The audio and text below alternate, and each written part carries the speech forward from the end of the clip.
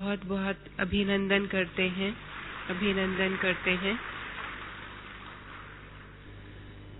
भाई साहब लगभग 30 वर्ष पूर्व इस ईश्वरीय विश्वविद्यालय से जुड़े।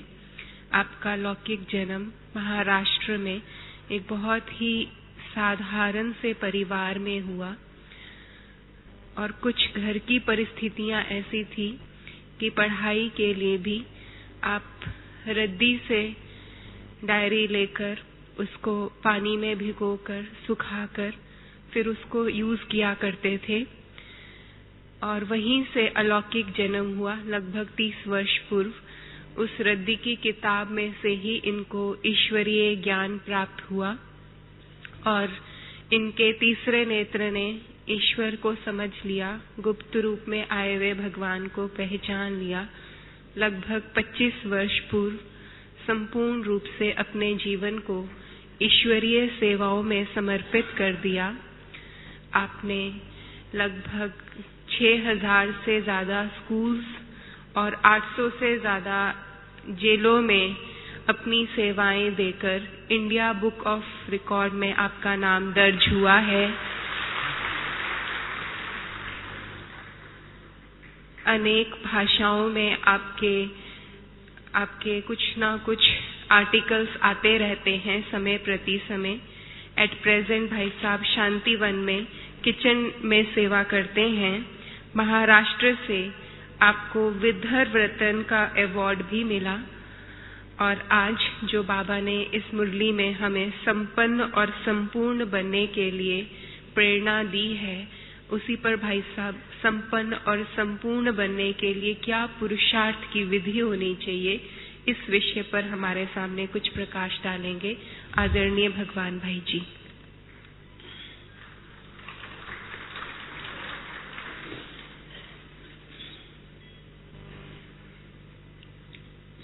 ओम शांति। विशेष बाबा ने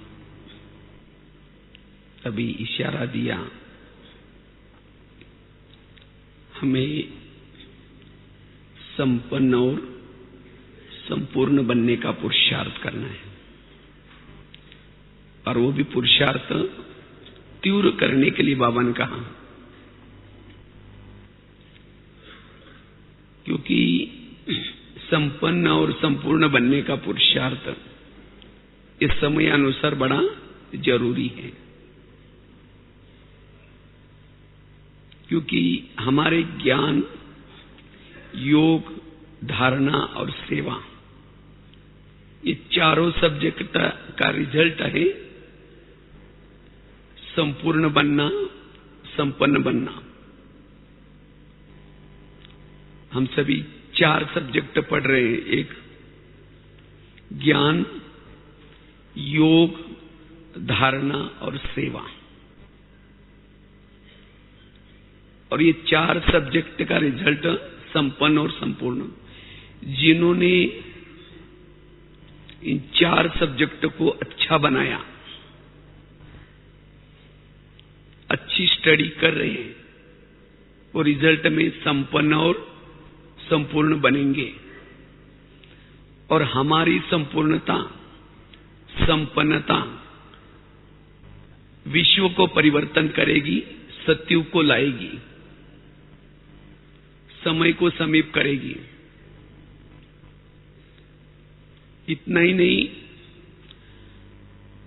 अगर हम संपन्न बनते हैं, संपूर्ण बनते हैं, तो हमारे द्वारा बेहद की सेवा हो सकती है। जो संपन्न है, संपूर्ण है, वो बेहद की सेवा कर सकेंगे, केवल वाणी के द्वारा नहीं, गुणों से, चाल चलन, चेहरे, उनका हर चीज सेवा का साधन बनेगा। कब? अगर हम संपन्न और संपूर्ण बनेंगे। इतना ही नहीं, जो संपन्न और संपूर्ण है वो कर्मयोगी बन सकते हैं, वो संस्कार उनके परिवर्तन हो जाएंगे। उनको मेहनत करने की जरूरत नहीं, युद्ध करने की जरूरत नहीं है। और जितना जो संपन्न और संपूर्णता का पुरुषार्थ करता है, ऐसी आत्मा वायुमंडल को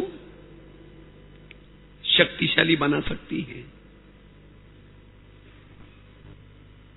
इसीलिए बाबा कहते, बच्चे संपन्न और संपूर्ण बनो समय से पहले। और जो संपन्न और संपूर्ण है, उनका पद भी ऊंचा होगा। ब्रह्मा बाबा भी संपन्न बने, संपूर्ण बने। वैसे आप सभी ने अभी 18 जनवरी मनाया, तो ये 18 जनवरी हमें क्या याद दिलाती है? अब घर चलना है, बाप समान बनना है, कर्मातीत बनना है,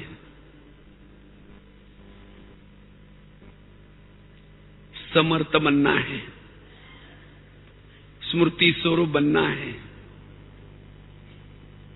अशरीरी बनना है, विधेयी बनना है। ये सब चीजें ये 18 जनवरी हमें याद दिलाती है। तो इसी तरह हमें भी संपन्न और संपूर्ण बनना है, बाप समान बनना है, फरिश्ता बनना है। यही हमारे ब्राह्मण जीवन का लक्ष्य है।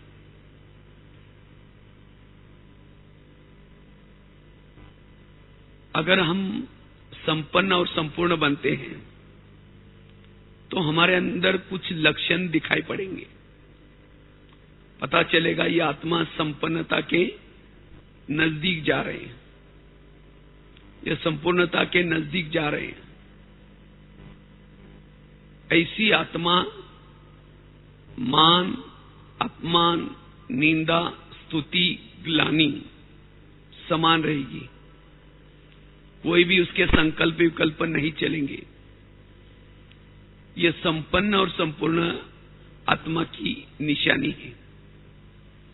और जो आत्मा संपन्न और संपूर्ण बनती जाएगी, उतना उसके अंदर त्याग की भावना आएगी। त्यागी, कुछ नहीं चाहिए, दिल से गीत निकलेगा, पाना तो सो पा लिया, अब मुझे कुछ नहीं चाहिए। त्यागी, त्यागी के साथ वो वैरागी भी बनेगी। दुनिया से वैराग, संस्कारों से वैराग, विकारों से वैराग,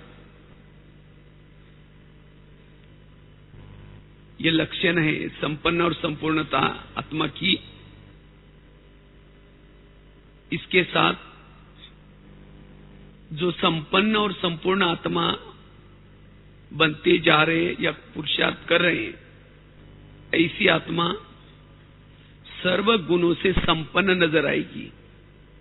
अंतर्मुखी, एकाग्रचित, एकांतवासी, सदा संतुष्ट। उसका चेहरा खिले हुए गुलाब की तरह होगा। वो सहन शक्ति की देवी या देवता होगी। उसके मन में निगेटिव सब खत्म हो जाएगा, मन स्थिर बन जाएगा।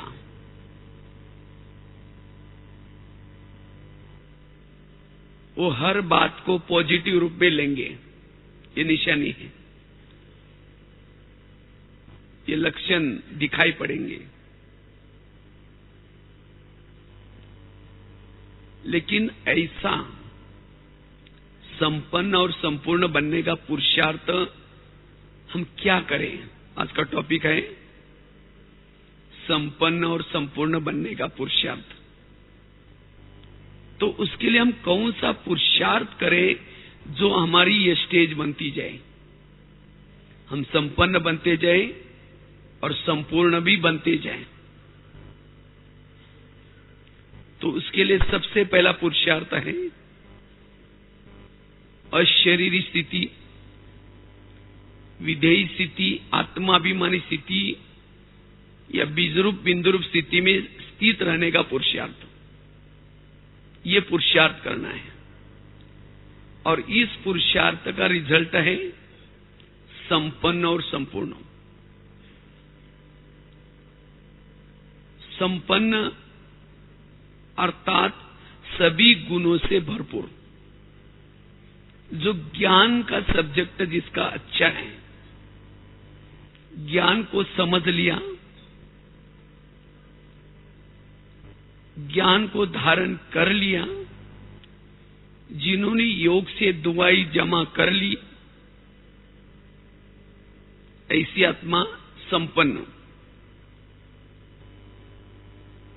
और योग के द्वारा संपूर्ण स्थिति बनेगी, क्योंकि योग जितना हमारा योग होगा, जितना योग से कमाई करेंगे, उतना लाइट हाउस, माइट हाउस, ये स्थिति बनती जाएगी। तो इसीलिए अगर मुझे संपन्न बनना है, माना गुणों से भरपूर बनना है, संपूर्ण बनना है, लाइट हाउस, माइट हाउस बनना है, उसके लिए पुरुषार्थ आवश्यक है। आत्माभिमानी स्थिति का, अशरीरी स्थिति का, विधेयी स्थिति का। क्योंकि इस स्थिति में सभी गुण समाहित है। जिसके जीवन में जो अशरीरी बनता जाता है, विधेयी स्थिति नेचुरल बनती जाती है, बिंदुरूप स्थिति बीजरूप स्थिति बनती जाती है, उसके जीवन में, उसके चारों तरफ इर्द गिर्द में सभी गुण और शक्तियां रहेगी।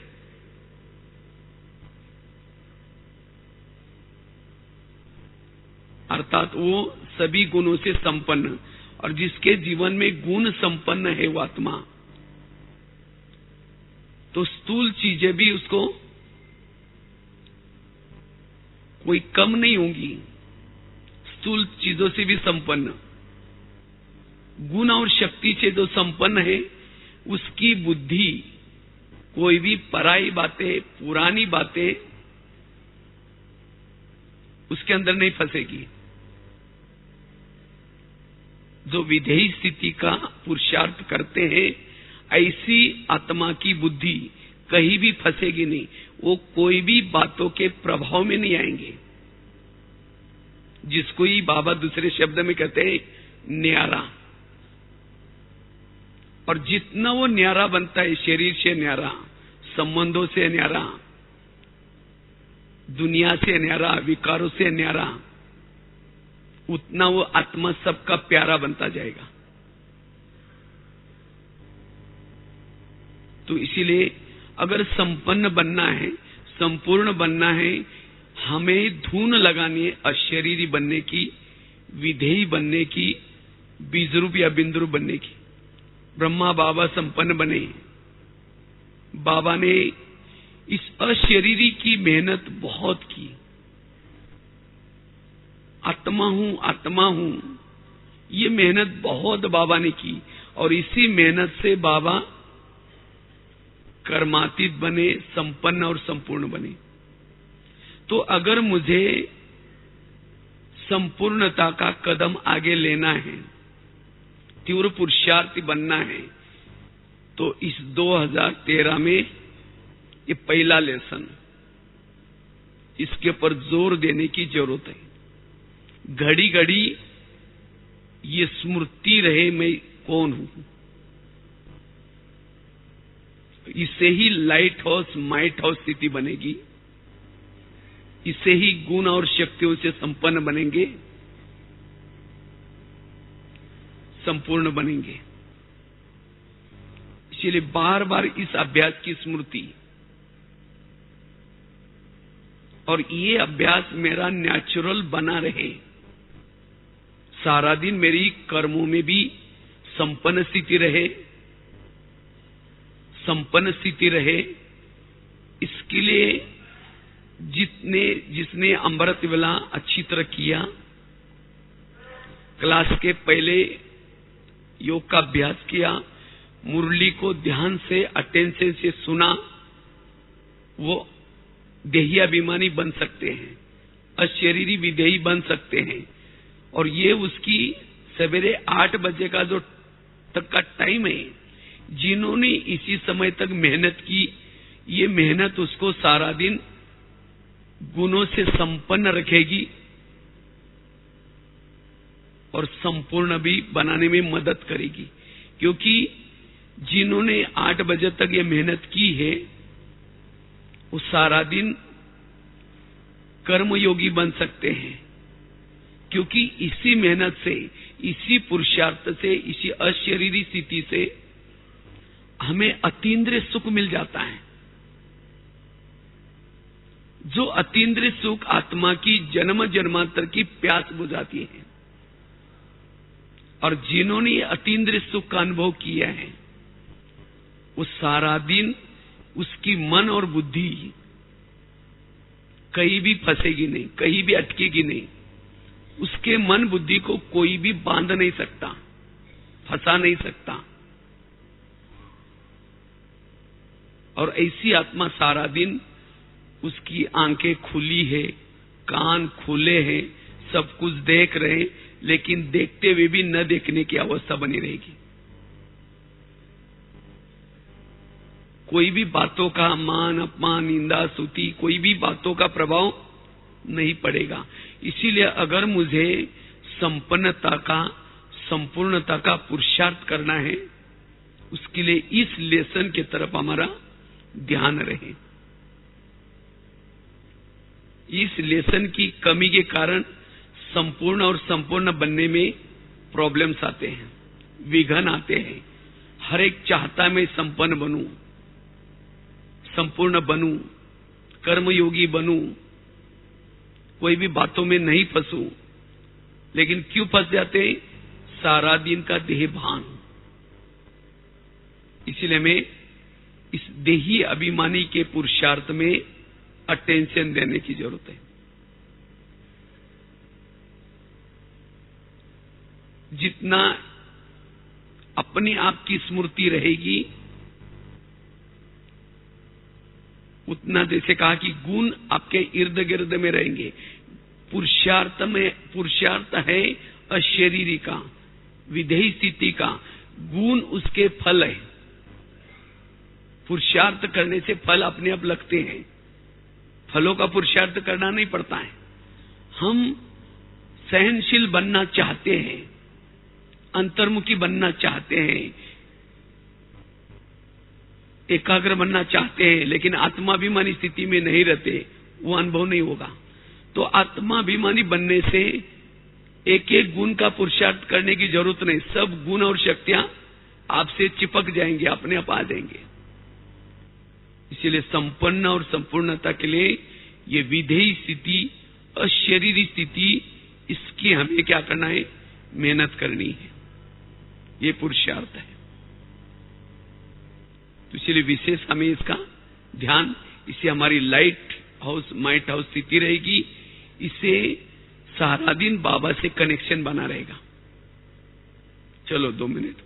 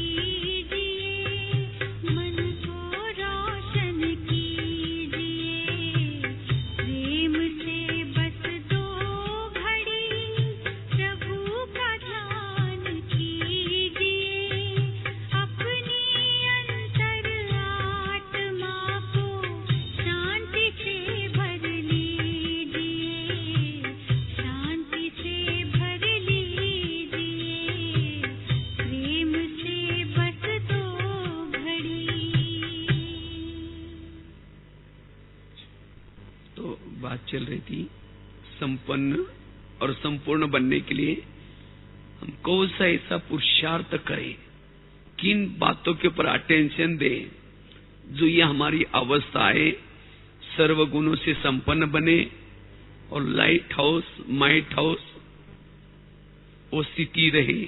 इसके लिए पहली बात बताई, आत्मा अभिमानी स्थिति, विधेयी अशरीरी का अभ्यास। दूसरी बात है ज्वाला स्वरूप योग, लगन में मगन होने वाला योग या यथार्थ योग। जितना हमारा योग ज्वाला स्वरूप है,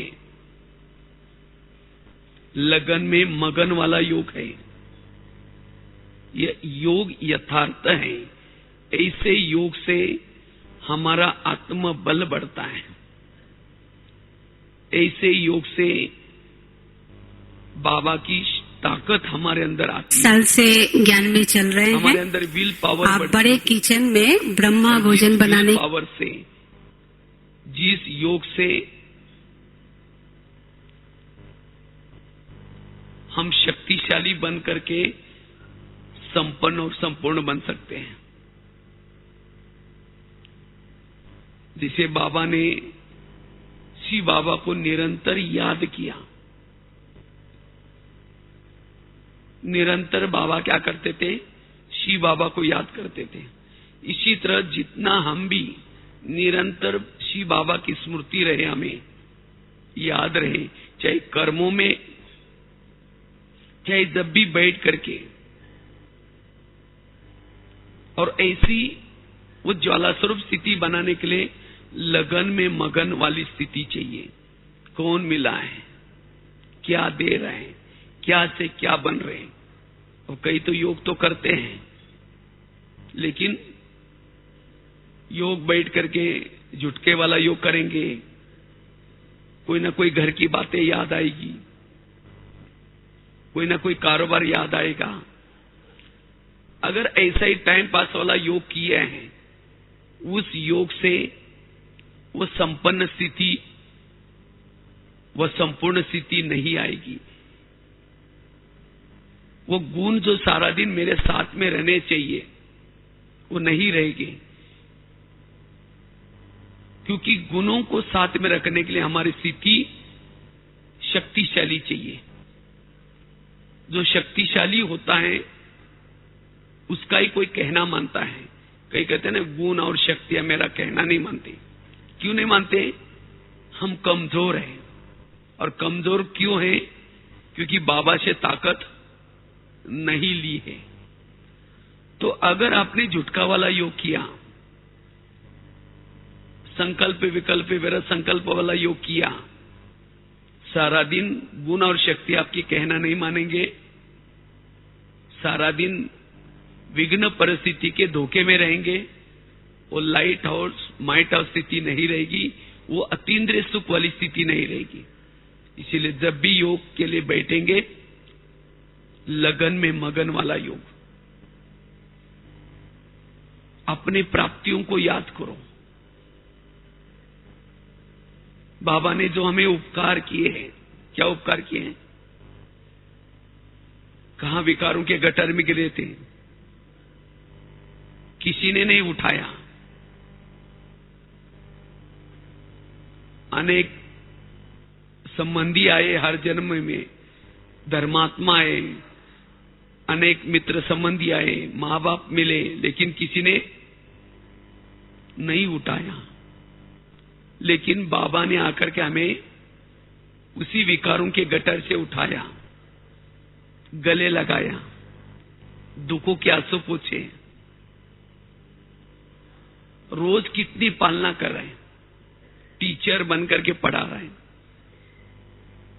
साजन बनकर के श्रृंगार कर रहे हैं, सदगुरु बनकर के हर पल उसका वरदानों का हाथ सिर पर है। अगर योग में बैठ करके उस बाबा के उपकारों को याद करो, आंखों से आंसू आएंगे। वो लगन और मगन वाली स्थिति, वो ज्वाला स्वरूप स्थिति हमें लाइट हाउस, माइट हाउस बनाएगी और इससे हमारी ऑटोमेटिकली आत्मा की बैटरी चार्ज होगी, जिसे सारा दिन हम विधेयी स्थिति, अशरीरी स्थिति में टिक सकेंगे और जिस कारण गुण और शक्तियों से हम संपन्न बन सकेंगे। इसलिए हमारा योग ज्वाला स्वरूप हो।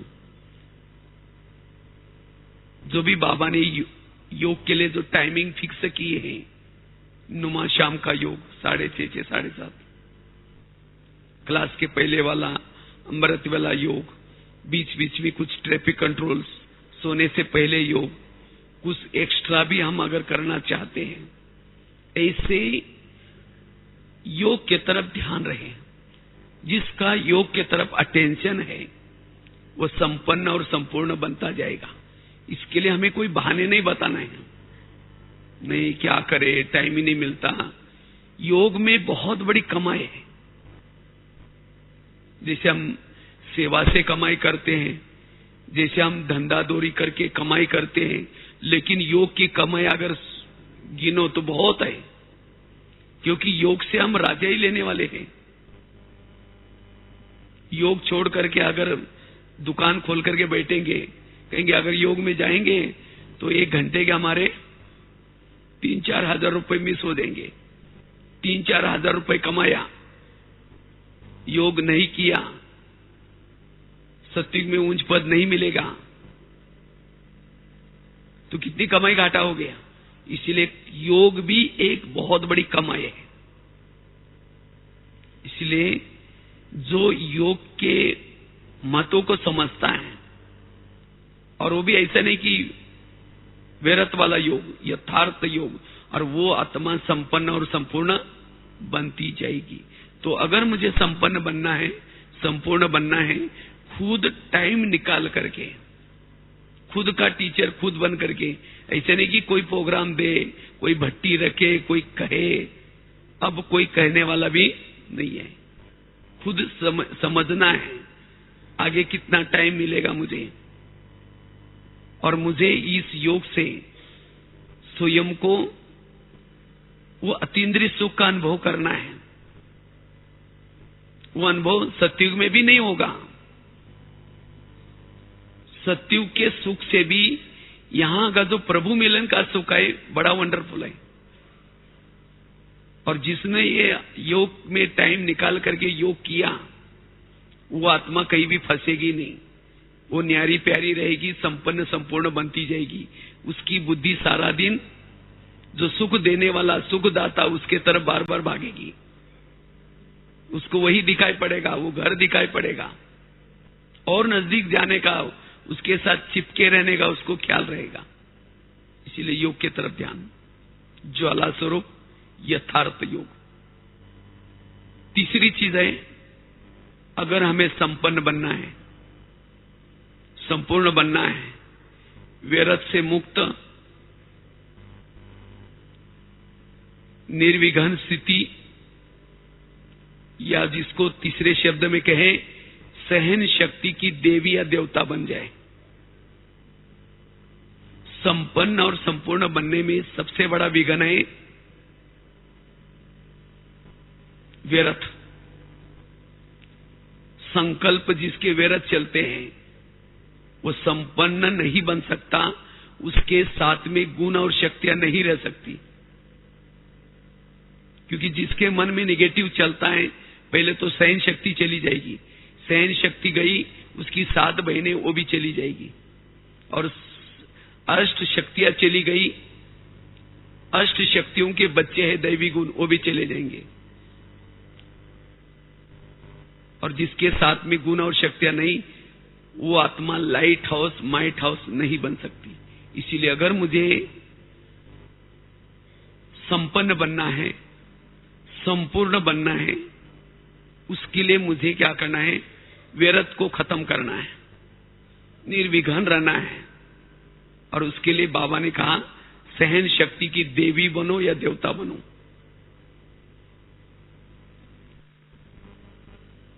पिछले सीजन में भी मुझे लगता है कि हर मुरली बाबा ने व्यर्थ से मुक्त बनने के लिए कही है, और इस सीजन में भी बाबा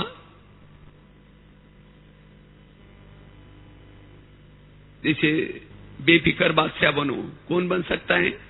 जो व्यर्थ से मुक्त है, बेफिक्र बादशाह है। संतुष्ट मनी बनो, कौन बन सकता है? जो व्यर्थ से मुक्त है वो ऑटोमेटिकली संतुष्ट रह सकता है। और इसीलिए खास 31 तारीख के मुरली में भी 3 इशारे बाबा ने दिए।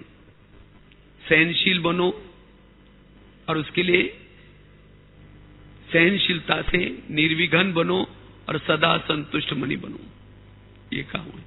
तो इसीलिए अगर मुझे संपन्न बनना है, संपूर्ण बनना है, इसीलिए विघ्नों से मुक्त। विघ्न 2 प्रकार के होते हैं। एक तो खुद के संस्कारों के विघ्न, और दूसरा जिन लोगों के बीच में रहते हैं, जिन लोगों के साथ में रहते हैं, उन लोगों के तरफ से आने वाले विघ्न। वो आप जैसे चाहेंगे वैसे व्यवहार नहीं करेंगे, आपके उनके साथ बनेंगी नहीं, आपके कुछ कार्य में विघ्न डालेंगे, जिससे आपके संकल्प चलेंगे। लेकिन इसके लिए बाबा ने पूरा ज्ञान दिया है, ड्रामा का ज्ञान, कर्मों के गुही गति का ज्ञान, हर आत्मा का पार्ट अपना अपना ये ज्ञान, जो होता है सब अच्छा होता है ये ज्ञान।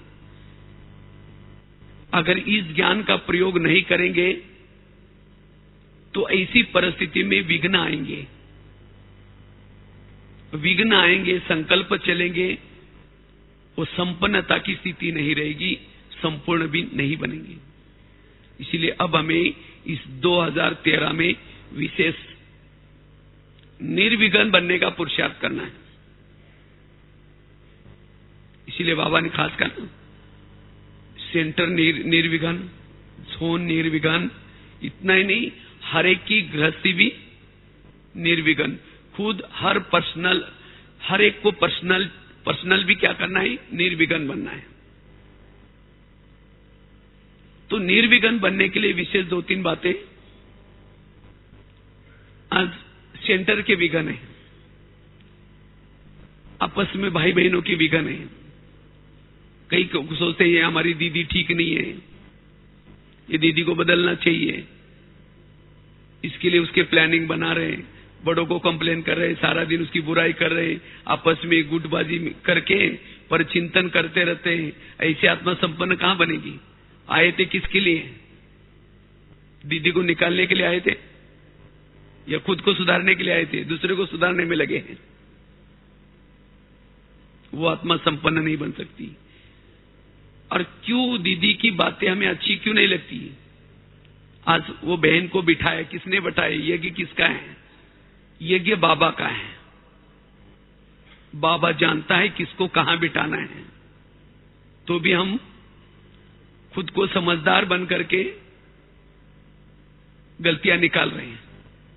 इसीलिए बाबा ने अभी भी कहा ना, यज्ञ में जो कुछ चल रहा है, सब कुछ चल रहा है, सब एकदम सब अच्छा कर रहे हैं। जब बाबा को सब अच्छा दिखाई पड़ रहा है और हमें कैसा दिखाई पड़ रहा है? बुरा। अगर बुरा दिखता है मतलब वो बुराई मेरे में है। जैसी दृष्टि वैसी अपने आप को बदलो, अपने दृष्टिकोण को बदलो, इसमें टाइम वेस्ट न करो, तब संपन्न बनेंगे। इसीलिए निर्विघ्न बनना है। आज कोई इशारा करता है बहने, तो हमें वो इशारा चुभ जाता है। कईयों को लगता है मेरे अंदर इतनी विशेषता है, इतने गुण हैं, लेकिन ये बहनें हमें चांस ही नहीं देती। इसीलिए बड़ों के साथ टकराव है। अगर पतंग कहे मैं तो चाहता हूं आकाश में उड़ जाऊं, आकाश को छू के आ जाऊं, लेकिन क्या करे, इस व्यक्ति ने मेरा धागा अपने हाथ में पकड़ा है, इसीलिए मैं आकाश में नहीं जा सकता हूं। अगर वो व्यक्ति धागे को छोड़ देगा तो धागा कहां जाएगा? वो पतंग कहां जाएगा? आकाश में छूने के लिए जाएगा या धरती पर आ जाएगा? वो नीचे आ जाएगा। उस व्यक्ति का धन्यवाद जिसने धागा हाथ में पकड़ा हुआ है। क्यों? उसकी तो उस पतंग को उड़ाने की शुभ भावना रहती है। वो चाहता है मेरा पतंग ऊंचे से ऊंचे जाए, लेकिन उसने धागा क्यों पकड़ा है? क्योंकि कई पेड़ में अटक न जाए, कहीं कोई बिल्डिंग में लटक न जाए, कई तारों को के अंदर फंस न जाए। इसीलिए वो क्या करता है? वो अटकने से बचाने के लिए वो धागा पकड़ा हुआ है। इसीलिए इसी तरह अगर कोई बहन आपको कुछ कहती है, कुछ इशारा देती है, क्यों देती है? उनकी तो आपके लिए शुभ भावना है। आज तक जो पतंग उड़ा है, किसने उड़ाया? उस व्यक्ति ने तो उड़ाया था ना। तो इसी तरह आज तक आप जो भी उड़े हैं, जो भी ऊंचे गए, किसके कारण उड़े हैं? उनके कारण तो उड़े हैं ना। तो आज हम कई चक्कर में फंस न जाए, कोई नियम मर्यादा का उल्लंघन न हो जाए, इसीलिए वो हमें इशारा करते हैं।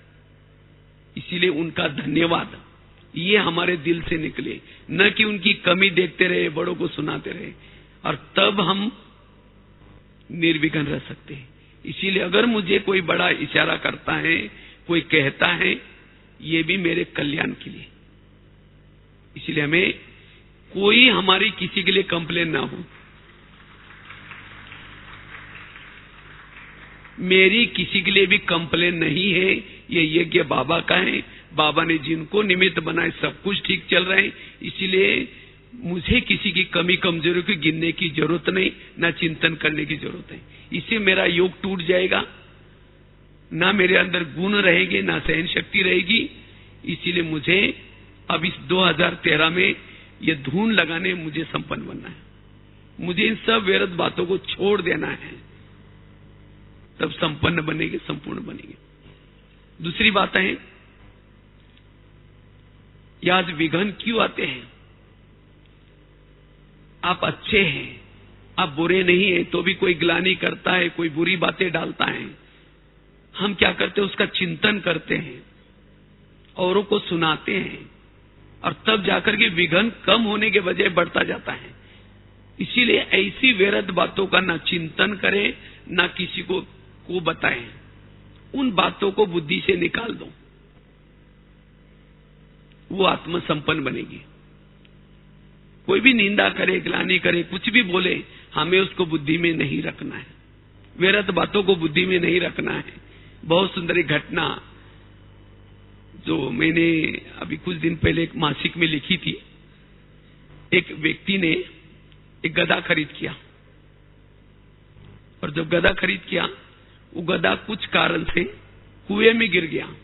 जब कुएं में गिरा तो उस मालिक को लगता है अभी इसको निकाले नहीं निकाले, क्या करें? तो लास्ट में सोचता है वैसे बुढ़ा हो गया, अब क्या करना है निकाल करके। तो आसपास वालों को बुलाया और कहता है कि मेरा गधा जो है कुएं में गिरा है, और उसको क्या करना है? उसी में दफनाना है। तो दफनाने के लिए आसपास वालों को, लोगों को फावड़ा लेकर के बुलाया। सब लोग फावड़ा लेके आए, और क्या करते हैं? मिट्टी डालते हैं। गधा तो जिंदा था, वो तो चिल्लाना शुरू करता है। जब चिल्लाता है कोई नहीं सुनता, मिट्टी डालते रहते हैं। चिल्ला चिल्ला करके आखिर वो शांत हो गया, और वो क्या करता है?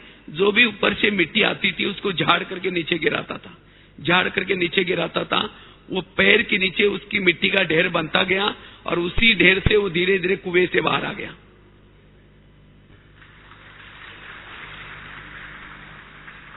वो है समझदार गधा।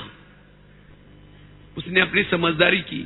अगर वो कुछ न करता पुरुषार्थ, तो मिट्टी आते आते वो जिंदा ही क्या होता, उसने खत्म हो जाता। इसी तरह आज आपको भी कोई ईर्ष्यावश, घृणावश ऐसी बातें डालेंगे, दबाने का कोशिश करेंगे, लेकिन आप क्या करो? ऐसी बातों को ना चिंतन करो, ना किसी को सुनाओ। आप सत्य हैं, सत्य रहो। उन बातों को सहनशील बन करके रहो। ऐसी बातों को झाड़ करके नीचे गिरा दो, तो वही बातें कुछ दिन तक अगर आप सहन करेंगे, वही बातें आपके उन्नति का साधन बन जाएगी। वही बातें आपको संपन्न और संपूर्ण बना देगी। वही बातें आपको आगे बढ़ाएगी। इसीलिए बाबा कहते बच्चे क्या करो?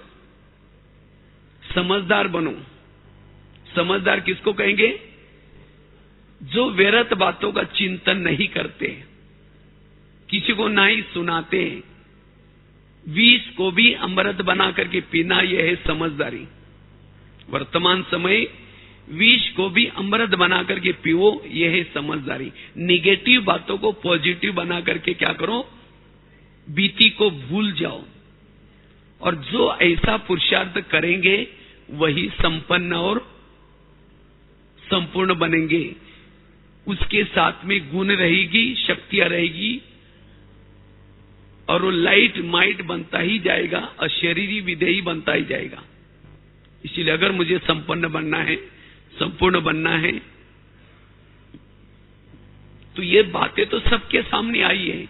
बड़ों के सामने आई, शिव बाबा के सामने आई, ब्रह्मा बाबा के सामने आई, हमारी दीदी दादियों के सामने आई, तो हमारे सामने भी आएगी।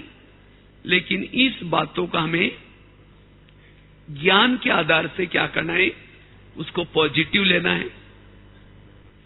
क्योंकि हो सकता है यही बातें हमारे कोई पिछले जन्मों का हिसाब किताब होगा। नहीं तो कभी कभी कहते हैं, ऊपर देख करके कहे गए, भगवान आपने भी आंखें बंद किया कि मेरे साथ क्या हो रहा है, या ऐसा क्यों होता है। यही चिंतन अंतर्मुखी बनने नहीं देगा, एकाग्र रहने नहीं देगा, योग में परमात्मा चिंतन, सोमानों को चिंतन करने नहीं देगा। इसीलिए हमें इन बातों को अब हमें क्या करना है, बुद्धि से निकालना है, निगेटिव को पॉजिटिव बनाना है, व्यर्थों से मुक्त। तो संपन्न बनने के लिए 3 बातें बताई। एक तो पहली बात बताई, अशरीरी स्थिति, विधेयी स्थिति, आत्माभिमानी स्थिति का अभ्यास। दूसरी बात बताई, ज्वाला स्वरूप योग, लगन में मगन रहने वाला योग, और साथ में यथार्थ योग। तीसरी बात, व्यर्थ से मुक्त निर्विघ्न स्थिति, और साथ में सहनशीलता के देवी या देवता बने। चौथी बात है, पर चिंतन, पर दर्शन, इससे भी मुक्त। संपन्न और संपूर्ण बनने में ये परचिंतन की बातें, व्यर्थ बातें बहुत बड़ा रोड़ा है। अभी भी 3-4 दिन पहले मुरली में बाबा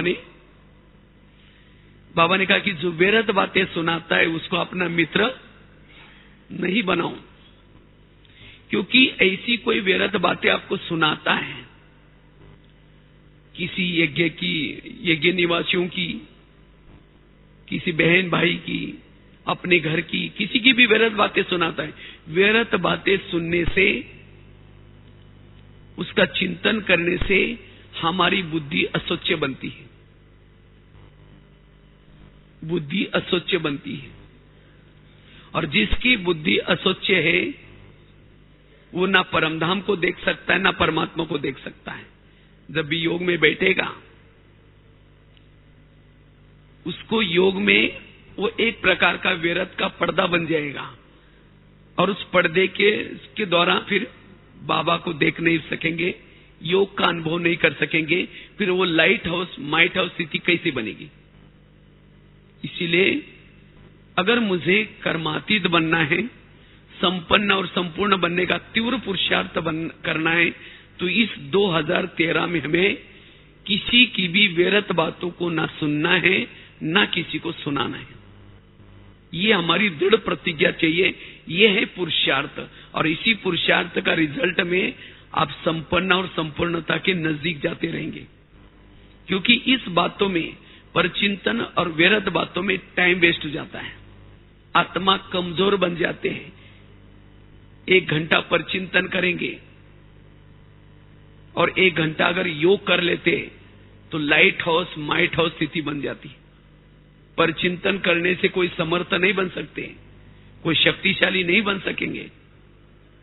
इसीलिए दूसरे का भी टाइम वेस्ट और खुद का भी टाइम वेस्ट। इसीलिए इस वर्ष में हमें ये विशेष ध्यान देना है, और अगर ये ध्यान पक्का रखेंगे तब हम संपन्न और संपूर्णता के नजदीक जाएंगे। 5वीं बात है, अगर संपन्न और संपूर्ण बनना है, उसके लिए श्रीमत का एक्यूरेट पालन। क्योंकि श्रीमत बाबा की मुरली श्रीमत है, कहना और करना। बाबा का हर कहना हमें व्यवहार में लाना है, क्योंकि ये श्रीमत हमें समर्थ बनाता है। अमृतवेला का श्रीमत, भोजन का श्रीमत, क्लास का श्रीमत, तो जितना श्रीमत प्रमाण चलते रहेंगे, बोलने का श्रीमत, देखने का श्रीमत, हर इंद्रियों के लिए श्रीमत मिला है। तो जितना जो श्रीमत का पालन करेगा वो लाइट हाउस, माइट हाउस बनता जाएगा, संपन्न बनता जाएगा, कर्मातीत बनता जाएगा। एक दिन भी हमें थकना नहीं है श्रीमत के लिए। जो श्रीमत में थक जाता है वो कमजोर बनेगा। इसीलिए इस 2013 में बिल्कुल उमंग उत्साह में हमें क्या करना है, ये श्रीमत पर चलने का पुरुषार्थ करना है। और श्रीमत भी एक्यूरेट, ऐसे नहीं कि मुरली तो सुन ली लेकिन सारा दिन मुरली को भूल गए, मुरली का चिंतन नहीं किया, मुरली के आधे मार्ग कट हो गए। भोजन तो किया, बातें करते किया, बाहर का नहीं किया था, अपने घर का किया, खुद बनाया किया, लेकिन बातें करते किया, श्रीमत आधा पालन किया। बाबा ने केवल ये नहीं कहा कि बाहर का नहीं खाओ, लेकिन याद में खाओ, ये भी तो श्रीमत है। योग तो किया लेकिन आंखें बंद करके किया, या व्यर्थ वाला किया, आधे मार्ग का कट।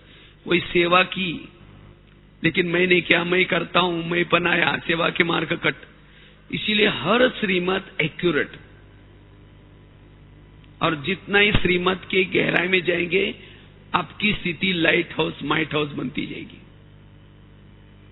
तो इस तरह से 5 बातें, और भी बहुत सारी बातें हैं जो हमें संपन्न और संपूर्ण बनाएगी। त्याग की वृत्ति हो, हमें अभी त्यागी बनने की जरूरत है, बेहद के वैरागी बनने की जरूरत है। अब मुझे कुछ देखने की, कुछ सुनने की, नहीं तो कोई लगता है देखो हमारे पड़ोसी ने तो देखो दिल्ली देखा, वो साइड सीन जाकर के घूम के आए, देखो हम कभी कहीं नहीं गए, कैसा हमारा लाइफ है। अरे जिसने भगवान को देखा, परमात्मा को देखा, हाँ, उसके लिए दिल्ली तो क्या, सारी तीनों सब कुछ देख लिया। अब मुझे कुछ देखना बाकी नहीं रहा, कुछ सुनना बाकी नहीं रहा। अब मुझे क्या करना है, वैरागी बनना है। और जितना वैरागी बनेंगे उतना ये लाइट हाउस, माइट हाउस की स्थिति बनती रहेगी। कोई अनेक इच्छाएं, तृष्णाएं कुछ भी ना हो, और तब जाकर के हम इस स्थिति को प्राप्त कर सकते हैं। तो इसीलिए हमें अगर इन 5-6 बातों का विशेष ध्यान रखेंगे, एक तो पहली बताई विधेय स्थिति, अशरीरी का अभ्यास, योग के तरफ ध्यान, ज्वाला स्वरूप योग, लगन में मगन वाला योग। तीसरी बात बताई विरत से मुक्त, सहनशील बन करके रहे। उसके लिए भी जैसे बताया, कोई भी ऐसी बातें आती है उसको झाड़ के नीचे गिरा दो, ऐसी बातों का चिंतन मंथन नहीं करना है। चौथी बात बताई पर चिंतन से, पर दर्शन से मुक्त। और 5वीं बात बताई श्रीमत का पालन। ये 5 बातें अगर एक्यूरेट करेंगे तब जाकर के आपको इससे बल मिलेगा, त्याग की वृत्ति, भेद का वैराग। तो इसलिए हमें इस 2013 में 13 बनना है, बाप समान बनना है और अपना पद ऊंचा लेना है। तो इसलिए ये पुरुषार्थ करना है, जिसे समय भी समीप आएगा और परिवर्तन भी जल्दी होगा। इसको कहेंगे एवर रेडी। ये पुरुषार्थ हमें करना है। ओम शांति।